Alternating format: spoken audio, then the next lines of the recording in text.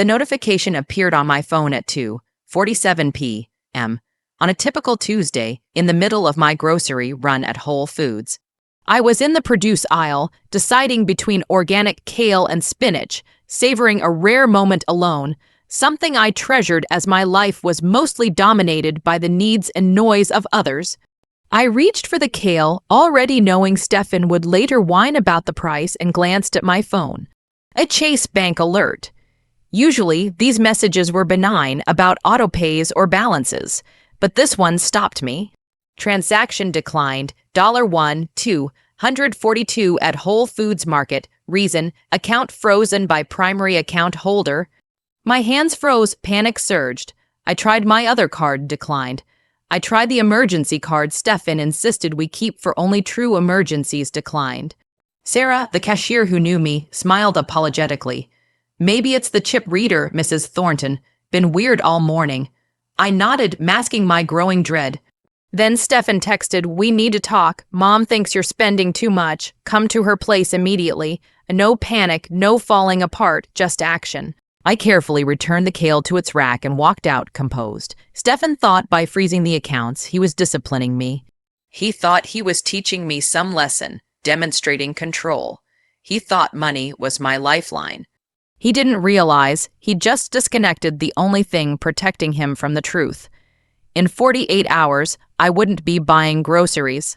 I'd be buying the building his mother lived in. I'm Isabella Thornton, 42. 14 years a seemingly perfect, supportive housewife.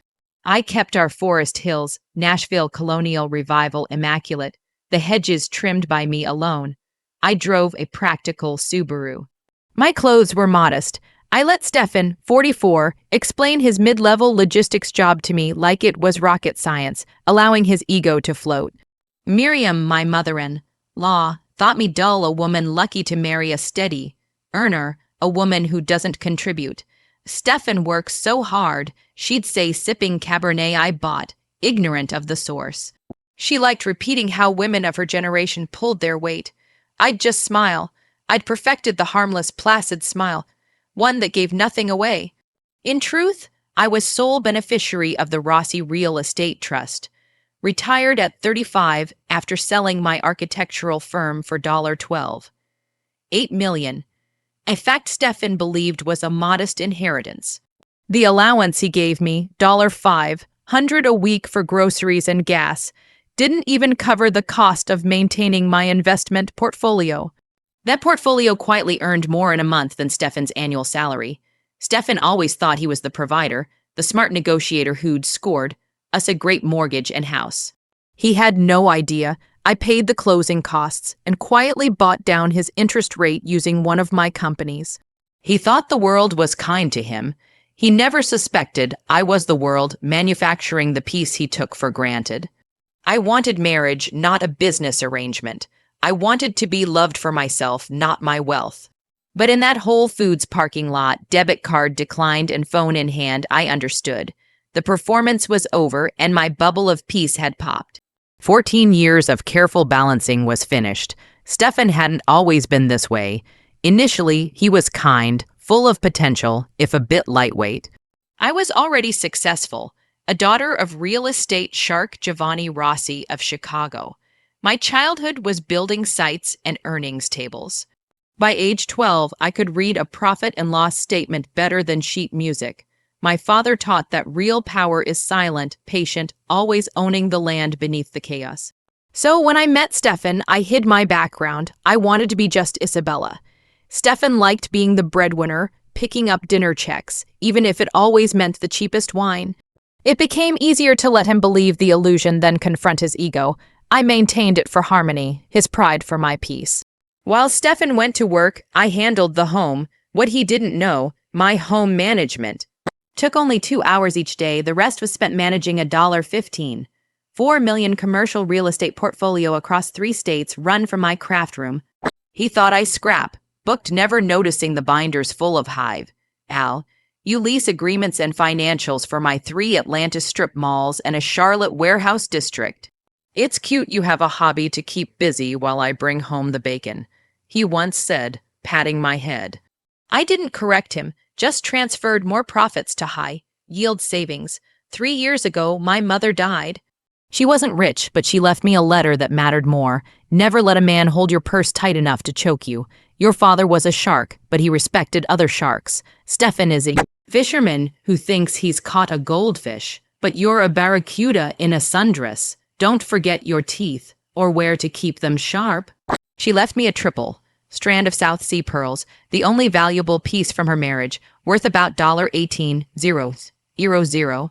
At the funeral, Miriam sneered they must be fake, something from a Macy's sale bin. I said nothing. I was too tired for battles she didn't even know she'd already lost. There were red flags over the years. Stefan forgot my 40th birthday without apology, then bought $2,400 golf clubs for himself days later. He nitpicked every grocery purchase, do we need organic avocados, and became secretive with his phone, blaming work and the merger. Meanwhile, Miriam, who lived in the Kensington and aging but one, Seligant historic rental in downtown Nashville, spent years poisoning Stefan's ear, calling me lazy and dead weight. Stefan, she'd say, needs a partner, not a dependent. I thought our marriage could withstand her bitterness. I was wrong. The drive to Miriam's building that Tuesday was silent. My mind wasn't panic-stricken. It was strategizing, weighing risks, mapping out next steps. This wasn't a discussion. It was a setup, an attempted hostile takeover of my life. The Kensington building itself was lovely but neglected. The mortar needed repointing, windows were peeling, landscaping tired, elevator rattling. A developer could see the deferred maintenance everywhere. The management company, Blue Ridge Properties, had a bad reputation for cutting corners. George the doorman, familiar with Miriam's dramas, greeted me quietly. She's in 4B, Stefan's here, looks upset. The elevator up was another maintenance liability. Inside, Miriam's apartment hit with the scent of old perfume and cherry. Stefan sat, looking diminished, on Miriam's purple sofa. A red envelope labeled Final Notice from the electric company peeked from a stack of magazines. Miriam tried to hide it as I came in. You're here. Stefan's finally come to his senses. Miriam greeted me coldly. He realized carrying dead weight is bad for his back, financially speaking. Stefan froze my cards, tried to sound stern. We need to make changes, Isabella. Serious changes. Miriam, emboldened, accused me of being a leech. You don't contribute, just spend Stefan's money on silly hobbies. Any maid could do what you do for minimum wage. Stefan is up for a promotion. He can't afford a wife who drains him. Stefan mumbled he made a bad crypto investment $30,000 lost, and suggested I move out. Miriam said she'd lined up a realtor, Brenda, and was going to list the house, his house. I'd have 48 hours to vacate. Go stay with my sister, get a job, maybe greet at Walmart, she sneered. But instead of fear, I felt a surge of something else. The thrill of the hunt, the clarity of real power. Okay, I said simply, leaving my frozen debit card on Miriam's coffee table. You're right, I should be more independent. Miriam looked pleased. I smiled, then I left. Don't take the silver. She called after me. I don't want the silver. I replied. I had bigger things in mind. In my car, still composed, I pulled out my hidden personal phone and dialed Maya Chen Investigations. I need a detailed financial on Miriam Thornton, her lease, the Kensington building, everything. She's giving me the works. I want the same. Maya promised results by morning. My next call was to Evelyn Crawford, my attorney and architect of the Rossi Trust and my shell company network. Is the trust liquid? I asked. She assured me it was, with plenty of cash reserves. I gave her the Kensington's address. I want to buy it, fast close, 10 days, no contingencies, use Athena Holdings, cash, 3-day due diligence, $4. $5 million, lowball them, get it by Friday. Evelyn was bemused but agreed. Does this have to do with your mother-in-law and 4B? Everything, I said. Back at my house, I didn't pack to leave. I gathered files. Stefan was listed on the mortgage, but the down payment was a gift from a distant aunt, who in fact was a shell company I controlled. The consulting fees Stefan paid for his lower mortgage rate, that was my secret subsidy. I documented everything, bank statements, shell company links, contracts. All filed, all ready. Digging into Stefan's lost. Crypto investment, I found he hadn't invested with a proper brokerage. Instead, $30,000 had gone to a Venmo account linked to a Crystal Methods, a probable stripper or a drug dealer, maybe both. The emails I uncovered between Stefan and Crystal were embarrassing. He called me boring, said I smelled like vanilla. He planned to sell the house for capital for his affair. I screen, capped and organized everything. Fueled by the cold fire of betrayal, I worked through the night. At 8 a.m., Maya called with her findings. Miriam hadn't paid rent for 3 months, was fighting eviction by claiming a water leak, sublet her other bedroom to a college student, Jason, for cash illegal under her lease and was deeply in consumer debt. Neiman Marcus, $12,000, Nordstrom, $8,000, Saks, $15,000. Stefan was just her means of survival. The Kensington's owners, Meyer added, were desperate. A $3 million balloon payment was looming, partners in bankruptcy. The building was ripe for a fire sale. I instructed Evelyn drop the price to $4. $2 million, close in 3 days, no inspection if they sign today. Evelyn warned that could mean accepting undetected issues, but I was clear. I was buying leverage, not bricks. She complied. By 4 p.m., my offer was accepted. Athena Holdings owned the Kensington by end of week. By default, I became Miriam's landlord. Thursday, my supposed 48-hour eviction, Stefan arrived at his house with a U-Haul, friend in tow. I stood in the foyer with a suitcase, perfectly calm. I handed him a sealed envelope, a divorce petition, and a freeze on our joint assets on grounds of asset dissipation. You can't do this, Stefan gasped. That's my money. I can, and I did. Tell Crystal forensic accountants will be tracking every Venmo transfer and device ID. Stefan blanched. I picked up my bag and left. I wasn't heading to a cheap hotel. I checked into the Four Seasons presidential suite with my own black card. I ordered kale salad and steak, soaked away 14 years of minimization, and waited for the deal to close. 5 days later, in my lawyer's office, I signed the closing documents. I held the deed to the Kensington. I immediately fired Blue Ridge Properties and posted notices for a mandatory building meeting. Every tenant received an invitation, Miriam included. Thursday at 7 p.m., the lobby was crowded with anxious tenants. Miriam was crowing, reassuring everyone that, as the Residents Association president, she'd protect them from the new faceless owner. Me, Stefan stood awkwardly at her side. At 7:00 sharp, I entered in a black St. Laurent dress and my mother's pearls. As I approached the podium, the room went silent. Miriam tried to shout me out, calling me homeless. Stefan panicked, said I was being hysterical. I took out the deed. I am Isabella Thornton, representing Athena Holdings. As of Tuesday, I own the building. A stunned silence. Miriam's face drained of color. That's impossible. You buy organic kale with Stefan's allowance. She sputtered. I addressed the tenants' no rent increases, commitment to renovations. The crowd cheered. Then I addressed violations. Unit 4B, 3 months behind, illegally subletting to Mr. Jason Miller. Jason, you'll get a legal studio at a lower rate. Miriam clawed at Stefan in desperation. Do something, she's crazy, Stefan asked. You own the building. Yes, while you invested in Crystal Methods. The crowd laughed. Miriam, you have 3 days to vacate for non-payment and lease violation. She tried to argue family ties. You're my tenant, and a bad one, I replied. I motioned George to escort her out so she could pack. The crowd turned away from her. Stefan tried to plead, asking for a fresh start.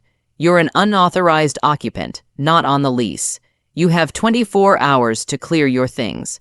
When he whined about having nowhere to go, I replied, Walmart is hiring greeters.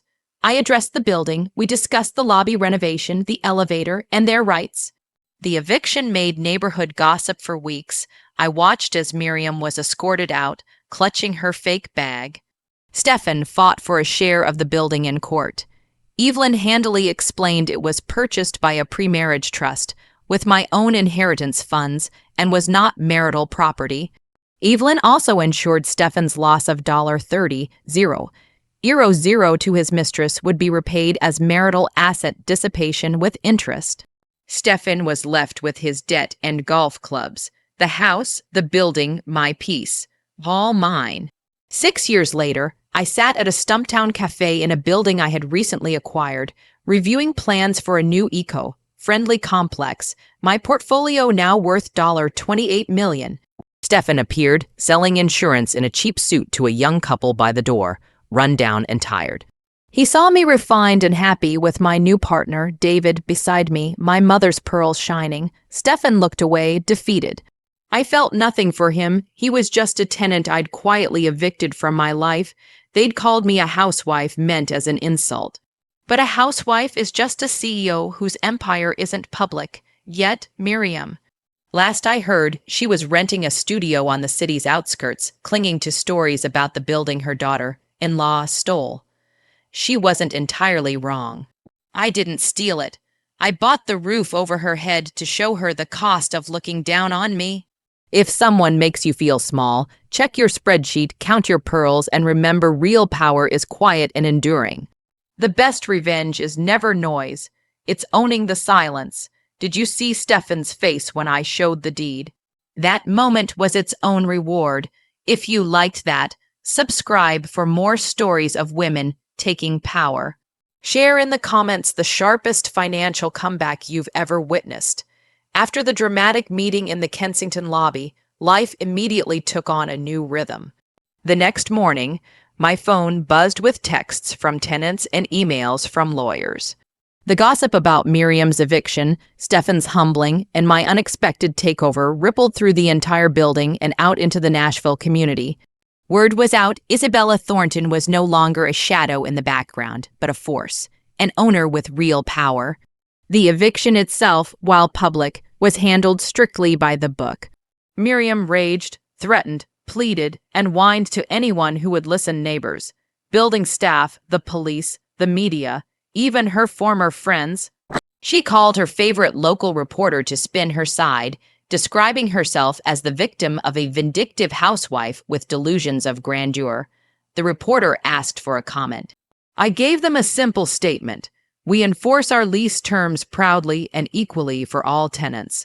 That's how real property is managed. Stefan spent those 24 hours packing up Miriam's personal effects in his own. He argued, threatened legal action, tried to cut deals with other tenants for just a few nights on your couch. No one leapt to help him.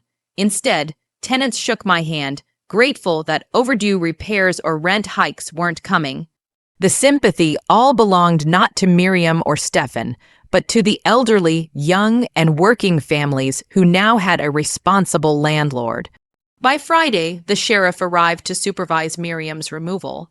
Cameras caught her tearful exit, clutching her counterfeit Chanel and shrieking about injustice. Stefan, humiliated and empty, left with nothing but a suitcase and his golf clubs. With the Kensington finally secure, I shifted focus to my true plan, renewal. The building, neglected for years, needed serious upgrades. I called architects, designers, and contractors, commissioning detailed inspections and restoration plans. My reputation as a developer, and as someone who valued quality and tenant dignity, spread quickly. Tenants celebrated the oncoming changes. For the first time in years, they felt hope instead of fear. Meanwhile, Stefan tried everything to reverse his misfortune. He hired lawyers who boasted they would expose my fraud. Evelyn, ever prepared, provided documentation for every dollar, every trust, every shell company. The divorce battle revealed Stefan's Venmo screenshots and his digital correspondence. With crystal methods, exposed for all to see. The forensic accountant traced every transfer, every message, every device login, each confirming misuse of marital assets. The judge ruled decisively. The Kensington and every asset acquired from my trust belonged solely to me.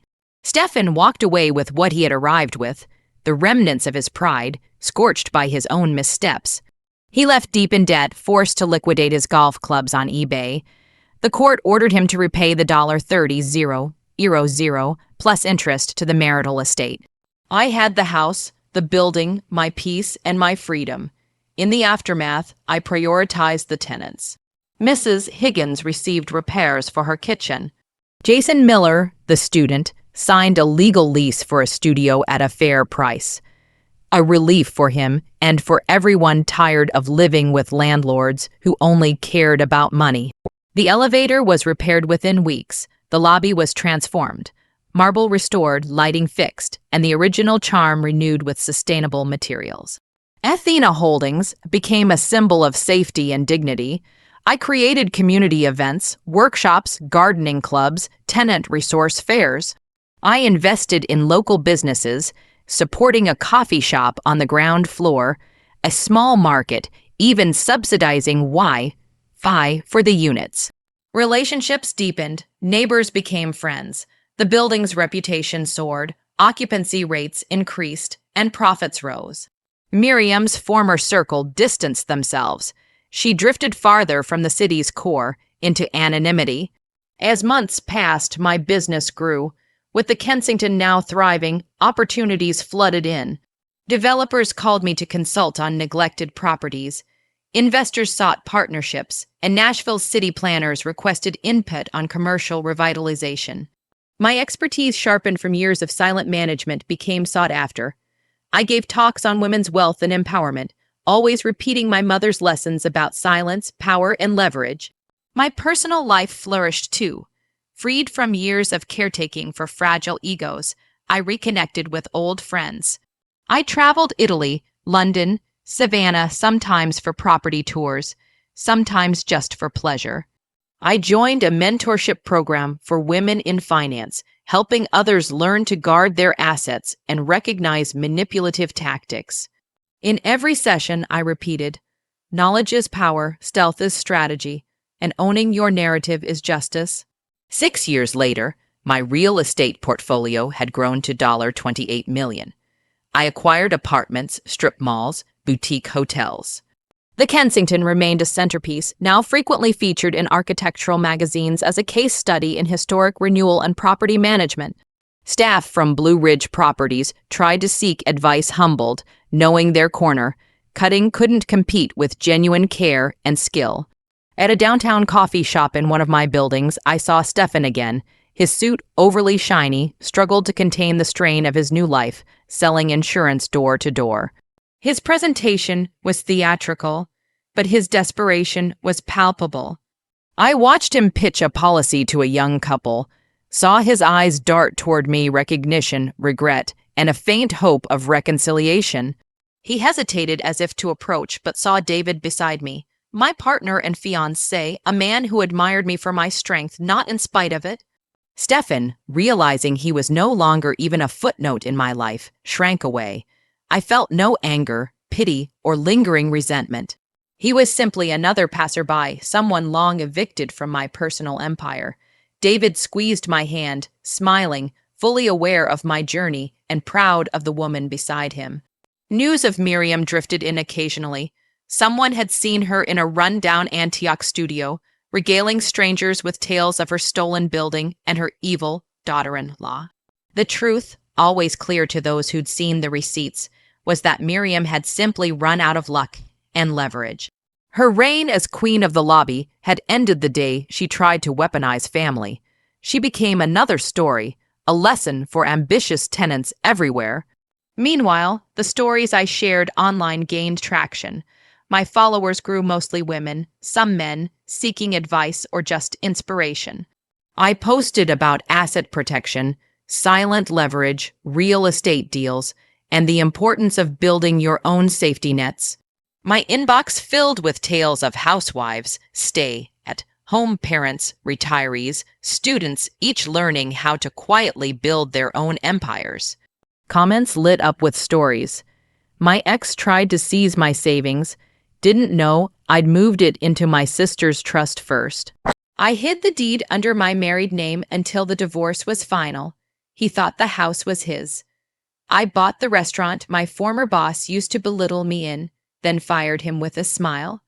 The subscribe button became a daily ritual of empowerment. We exchanged advice, tips, sympathy, solidarity. The lesson for all was simple. Never let anyone define your worth by what you visibly own or contribute. The greatest power is often silent, waiting for the right moment to emerge. I published a small book, a collection of stories about women flipping the tables using knowledge, stealth, and leverage. It became a modest bestseller in the business section. Local media called me an accidental icon. But I corrected them. My power was no accident, just managed, well-timed, and intentionally wielded with grace. On anniversary days of the takeover, of my mother's passing, of the courtroom victories, I wore those South Sea pearls. They reminded me of the lessons that run deeper than money: dignity, legacy, knowledge. The pearls became my trademark. Tenants commented on them at meetings. Colleagues recognized them at conferences. I kept mementos from that year, screenshots of Stefan's texts, the eviction notice with Miriam's scrawling plea, copies of the original binders. I taught workshops titled Building Empires from the Craft Room, Divorce, Deeds, and Power, How to Buy the Building and Hold the Keys. Young women were hungry not just for income, but for the skills to keep what they earned quietly, safely, and without apology. Occasionally, our residents' association would invite me to speak.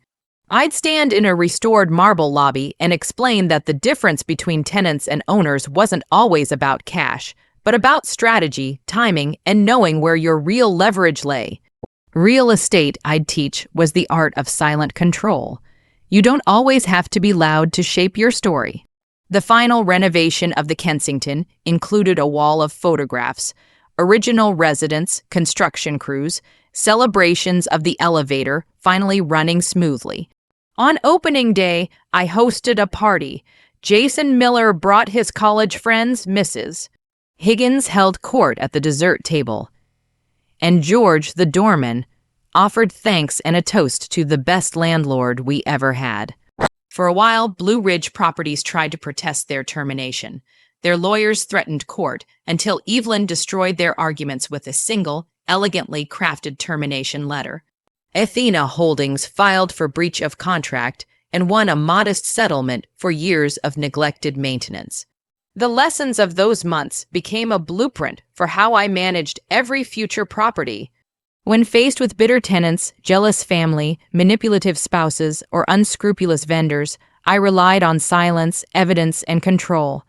The leverage my father taught me, the subtlety my mother left in her letter. Sometimes Miriam mailed me handwritten notes. At first, they were angry, full of blame. Later, they softened, a grudging admission of my accomplishment, even the occasional request for help. I always replied politely, with clear, direct terms. Miriam would never again hold leverage over me, and she understood that language, finally, more than any lesson she'd tried to teach. Years after the drama, I ran into Maya Chen. She'd become one of Nashville's top private investigators. Over coffee, she recounted the Miriam affair as one of her favorite cases, so full of irony and poetic justice. Maya's gift was a small gold key, symbolizing every secret you unlocked. I kept it on my desk, a reminder that sometimes the quietest woman in the room holds all the keys. Evelyn, now semi-retired, occasionally joined my business seminars, sipping wine and sharing legal war stories. At her suggestion, I taught classes for women about the importance of trusts, prenups, and protecting inherited assets. The waiting list stretched months ahead. From those beginnings, I financed low-income housing, partnered with nonprofits, and invested in green developments.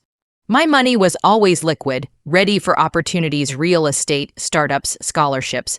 I became known for offering quick cash deals, fast closings, and ironclad contracts.